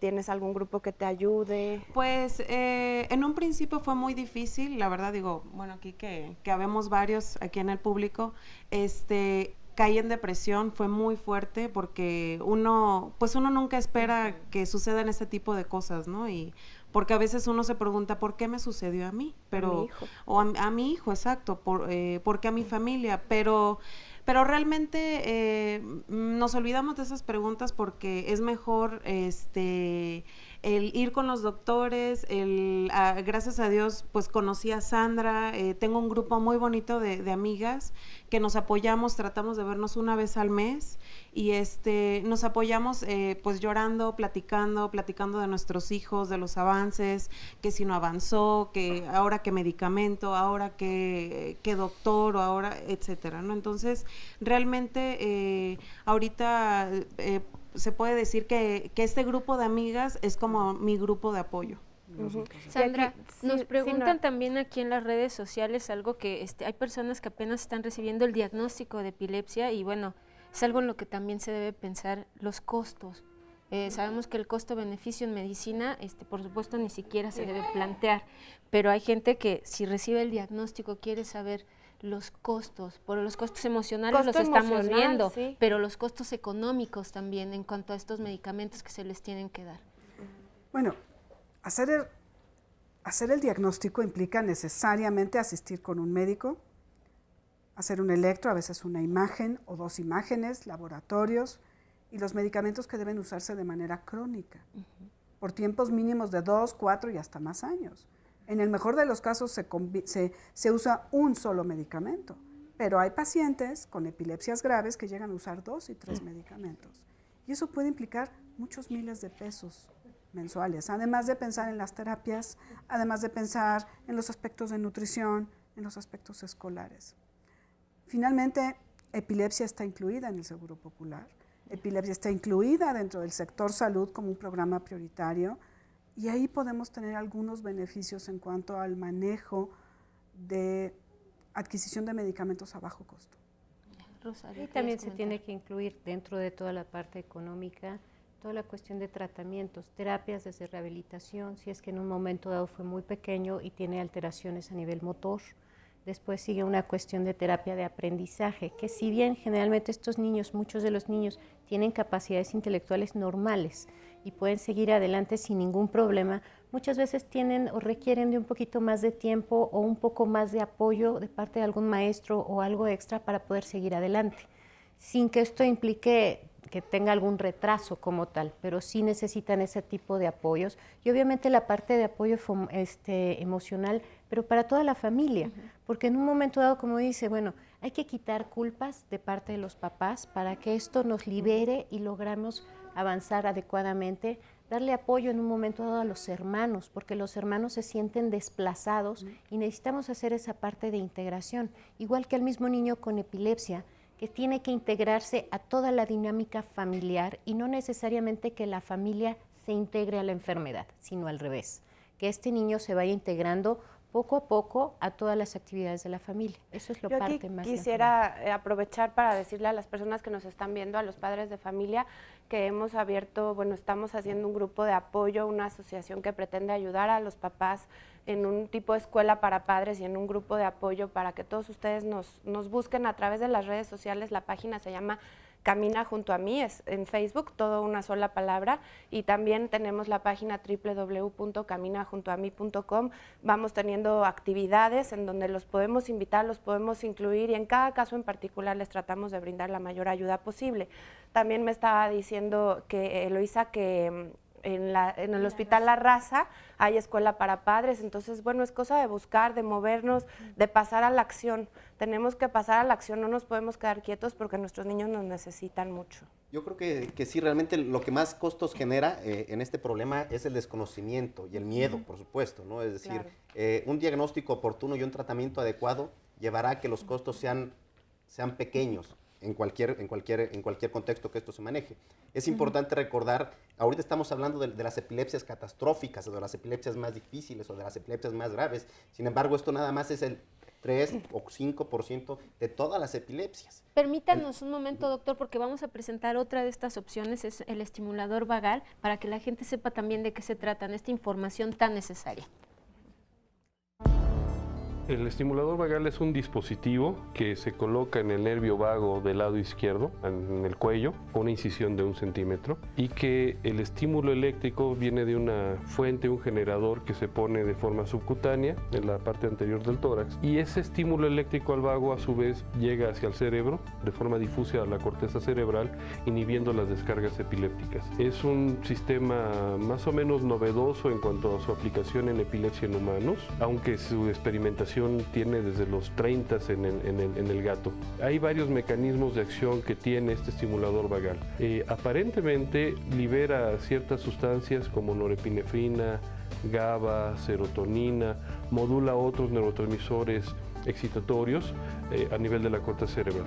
El nervio vago es un nervio que va a llegar su información al tallo cerebral y de ahí de forma un tanto difusa hacia el tálamo y de ahí hacia la corteza cerebral, de tal forma que ha servido para su utilidad en epilépticos que tienen diferentes zonas epileptógenas o descargas difusas y en pacientes que son refractarios a medicamentos. Se ha utilizado tanto en niños como en adultos y se ha utilizado inclusive, por ejemplo, durante estado epiléptico y que no responden a fármacos, que se llama estado epiléptico súper refractario. Hay que tener en cuenta que el estimulador vagal, a diferencia de los fármacos, tiene una ventaja. Con el tiempo tiene un mayor efecto. En cambio, algunos de los fármacos van perdiendo el efecto conforme va pasando el tiempo. Hay que tener en cuenta que el estimulador vagal es una medida paliativa. De los 100 casos iniciales que nosotros analizamos, solamente 2 estaban libres de crisis. Pero es un método que es bastante útil para reducir crisis en pacientes que tienen un difícil control.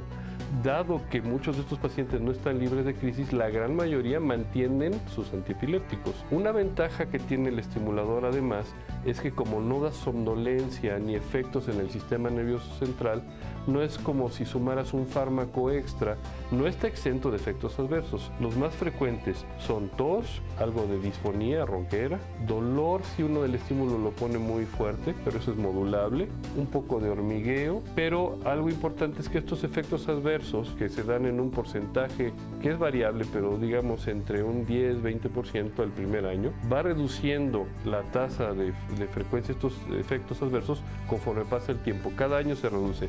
La tasa de complicación más frecuente, que es infecciones, que es entre el 1 y 6%, por ejemplo, en nuestro caso no tuvimos ni un solo paciente. Entonces, en buenas manos, bien estudiado, al paciente le va bien.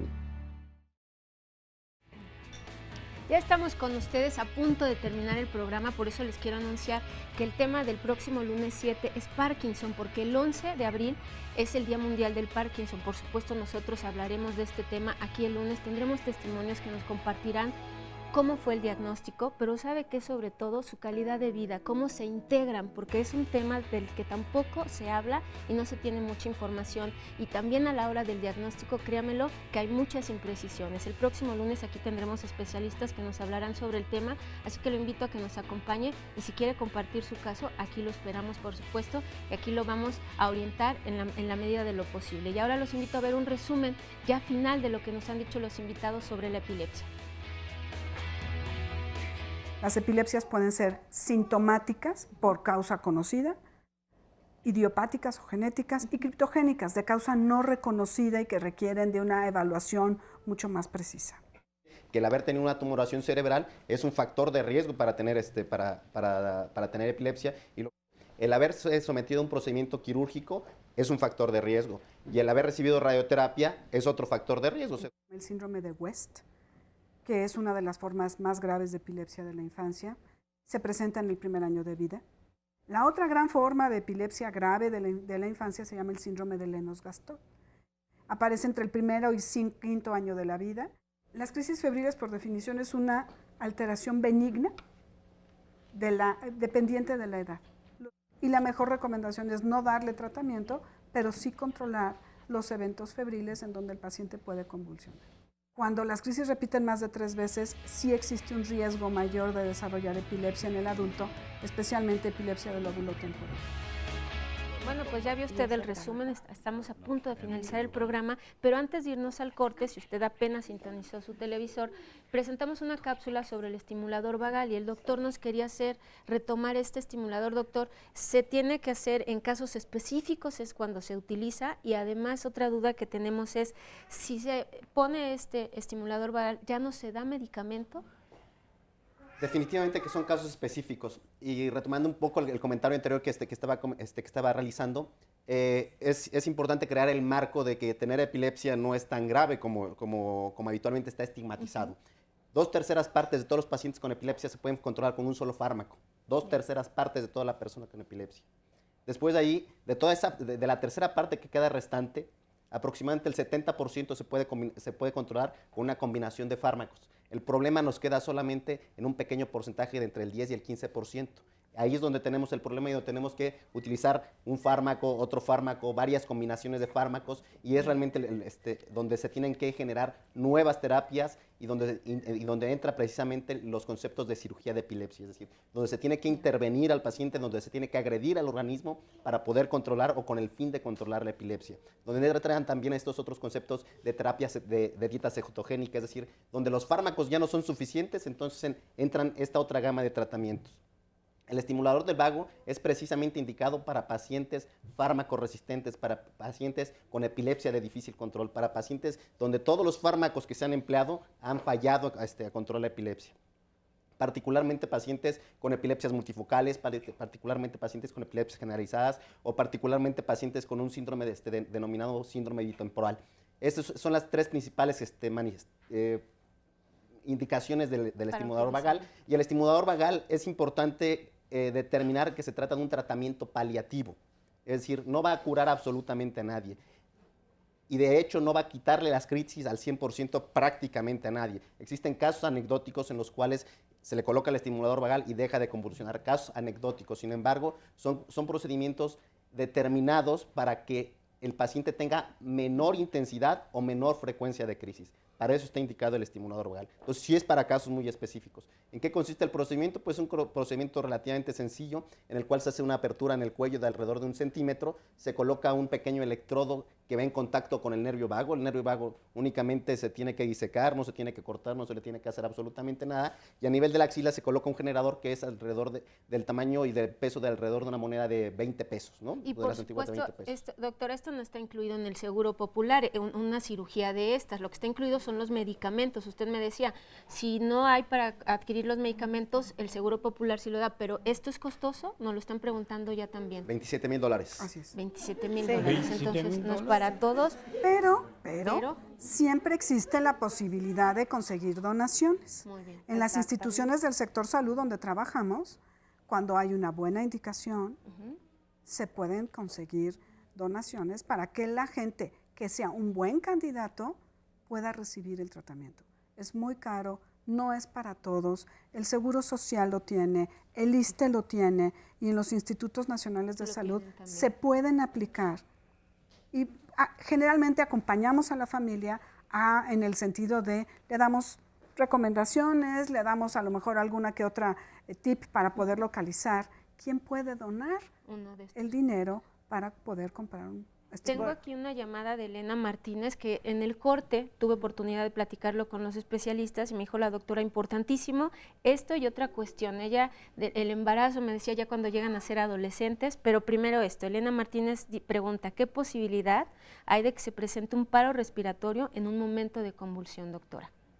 Bueno, siempre que hay una crisis convulsiva hay una pausa respiratoria, el paciente cae en apnea y por eso sus labios se ponen morados. La mayoría de las veces esto es transitorio y no tiene mayor repercusión. Hay, sin embargo, algo que nos preocupa cada vez más a los médicos y son los reportes de muerte súbita en pacientes con epilepsia.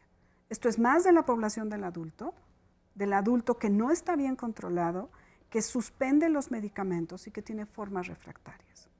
También en el niño puede llegarse a presentar el riesgo de morir en una crisis convulsiva o el riesgo de morir súbitamente en la noche, lo tenemos cualquiera de nosotros cuando se presenta alguna arritmia, pero parece ser que es entre 40 y 50 veces más en la población con epilepsia que en la población general. Y la mejor recomendación es intentar tener el mejor control de crisis. Ese es un factor de protección para muerte súbita en epilepsia.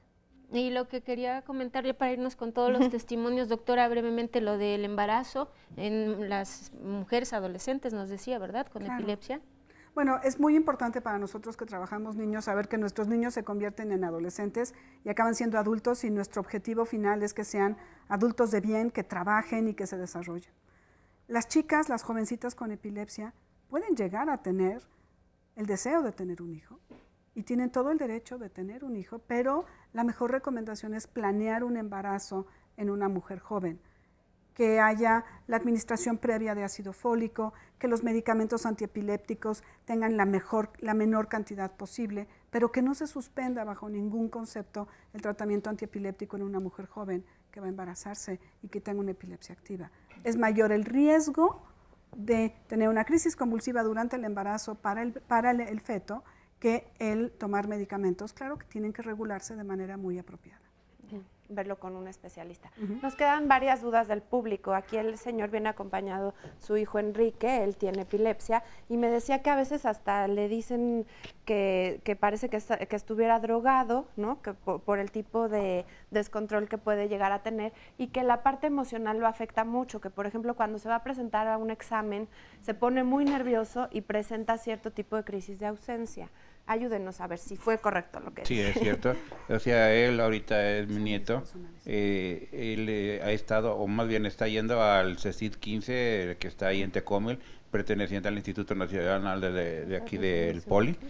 Y los maestros le han dicho a veces que él se droga, que él toma, que él... ¿sí? Pero es precisamente por sus crisis, y las crisis que ha tenido él son de ausencia. Lo que nos han dicho en el Instituto Nacional de Pediatría, porque ahí se está atendiendo, es de que él tiene ese síntoma desde pequeño, desde los 10 meses se lo diagnosticaron. Entonces, su pregunta, ahorita lo van a ver, van a escuchar de propia voz de él, y yo, mi duda es si él va a seguir en el Instituto Nacional de Pediatría. Ya tiene 17 años y 3 meses, ya a los 18 años ya los van a derivar a otro lado. nos quieres ayudar tú, Enrique, con tu pregunta. Mire, es parte mía y parte de mi mamá abuelita que en esta ocasión no pudo asistir. La cuestión es de que en la escuela, con los trabajos y todo eso, cuando me presiono demasiado, ha subido mi tasa de convulsiones desde que entré al nivel medio superior. De estos 3 semestres que estuve, aumentaron. Convulsioné como 6 o 7 veces. ¿Será mejor que me cambie de escuela o qué puedo hacer en este caso? ¿Qué le recomendarían? ¿Cuál es la relación entre la parte emocional con la presencia de crisis más frecuentes? Muchos de estos pacientes tienen comorbilidades y una de las comorbilidades más importantes es la ansiedad y la depresión, ¿sí? Se tiene que manejar tratamiento con él dentro de parte de terapia psicológica, psicoterapia, farmacoterapia también en un momento dado para poder manejar el control de la ansiedad y tratar de ubicar si hay lo que se denominaría pseudocrisis o no, que se pueden generar por la estrés como tal. Aquí habría que ver también otro factor, la cuestión de aprendizaje, realmente qué tanta dificultad tiene para aprender que esto le esté generando mayor estrés. Si es así, bueno, pues vemos opciones de otras escuelas, pero si no, tendríamos que trabajar nada más la parte de ansiedad. ¿Te va bien en la escuela? Sí, de por sí yo tengo un gran porcentaje de aprendizaje. Tengo 120, creo. O sea que en realidad tal vez no sería cambiarlo de escuela, sino como bien dice la doctora, trabajar con él para que manejes el estrés. Sí, si quieres, al terminar te podemos proporcionar los datos para que ahí te apoyen. Gracias, Enrique. Por acá, a ver, rapidísimo, porque tengo más gente. La otra pregunta es, por ejemplo, mi abuelita, esta sí la tiene muy frecuente. Ella tiene el miedo de yo, por ejemplo, de que quiera hacer mi vida como una persona normal. Cuando llegue, por ejemplo, a querer tener relaciones sexuales, ¿podría tener alguna convulsión o llegar a presentarse después de? No, la verdad es que lo que deseamos es que tengas una vida lo más regular posible. La actividad sexual no tiene necesariamente que exacerbar, que aumentar o disminuir las crisis convulsivas mientras se tome su medicamento, mientras no se desvele, mientras no haya abuso de sustancias. O sea, finalmente lo que necesitamos es una vida regular, estable, con refortalecimiento de los aspectos emocionales para que pueda ser una vida sana. Y le dices a tu terapeuta, perdón, doctor, quiero trabajar lo que va a ser mi angustia de rendimiento. Así se llama, ansiedad o angustia de rendimiento. Cuando un varón se va a acercar a una interacción sexual con una pareja, hombre, mujer o quimera, y obviamente presenta la angustia de rendimiento. Voy a tener erección, se va a disminuir mi erección, lo tengo grande, pequeño, mediano, debe ser en la mañana, moda, tarde, noche, y voy a tener eyaculación precoz y precaria, ¿o qué va a pasar? Todos esos elementos en la cabezota de un varón, hablo de mi caso personal, se llaman angustia de rendimiento. Entonces, preséntalo porque lo está teniendo tu abuelita. Eso también quería yo decir, doctor. Lo importante de la familia, el que cuida al paciente, la mamá, la abuelita, luego somos nosotros los que les ponemos el miedo. Les depositan su angustia al chamaco, pues que si no la muelen. Va a tener una novia y va a tener una vida sexual plena, bueno, pues adelante, pero no las te vayas a decir tu abuela que no te masturbes porque tampoco te va a causar nada, ni te van a salir pelos en la mano, ni se te va a secar la espina, ¿eh? Si lo disfrutas, disfrútalo a toda tu capacidad. Aquí hay dos papás, bueno, mamá de una chiquita y papá de otra, que nos quieren compartir cómo ha sido su experiencia de cómo manejan el vivir con un caso de epilepsia. En el caso de tu hija es muy severa, es un Lennox-Gastaut, del cual se habló ya brevemente. ¿Cómo lo llevan en la familia, de no caer en la sobreprotección, en la angustia? ¿Cómo se involucra la familia? Así es. ¿Y qué recomendarías a los que nos están viendo?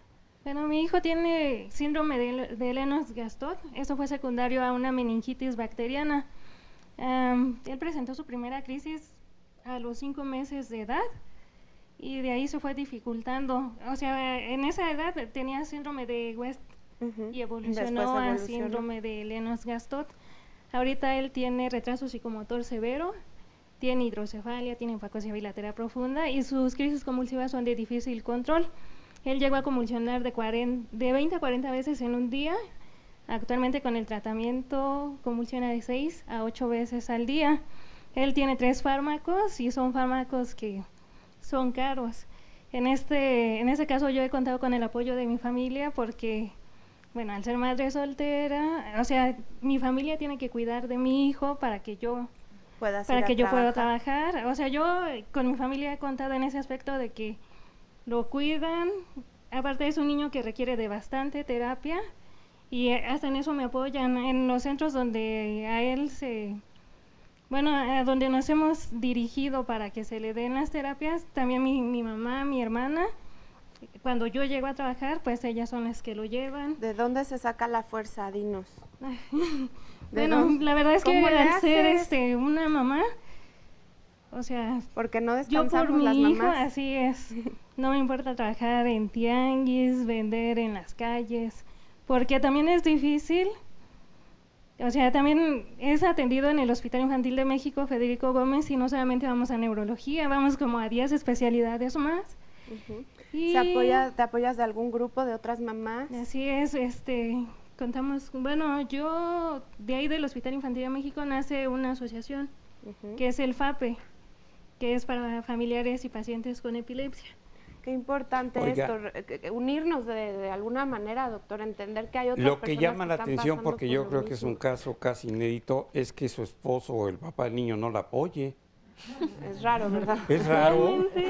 Cuando suceden este tipo de casos, aquí tengo varios, doctor, no creo que sean tan raros. Hay muchas mamás que aquí pues solitas ¿Será sacan cierto adelante. esto de que los varones se alejan cuando hay un niño que tiene un problema crónico? Neurológico, ¿no? Pues aquí no, mire, ¿Será? acá tengo un papá. Vamos a escuchar al papá de una niña. Bueno, ya es una joven, ¿verdad? Sí, Usted sí le entró. Tiene 26 años mi niña, Díganos rapidísimo. Tiene el síndrome de Moya Moya y ahorita últimamente pues está un poquito ya, se nos puso un poco delicada, adelgazó bastante, pero gracias a Dios ya va para arriba otra vez, ya un poquito mejor. Y lo que quiero preguntarle a los doctores, ahorita ya no me he convulsionado, está tomando primidona, hidantoína y la motrigina. Quería saber si le podrían quitar un medicamento o retirar medicamento. Rapidísimo porque tenemos nada más la pregunta sería ¿para qué? O sea, ya no ha convulsionado. Que ya no tome tantos medicamentos. Son casos, perdón, tenemos que cerrar la idea, pero cada caso hay que personalizarlo y hay que verlo. El síndrome de Moya-Moya es tratable quirúrgicamente. Fíjese, es uno de los casos. Nos tenemos que ir, doctor. Pues Segunditos. nos despedimos rápidamente. Gracias a este público maravilloso, a nuestros especialistas de lujo el día de hoy y pues a todos los que nos vieron desde su casa y hayan aprendido con nosotros lo suficiente. Gracias.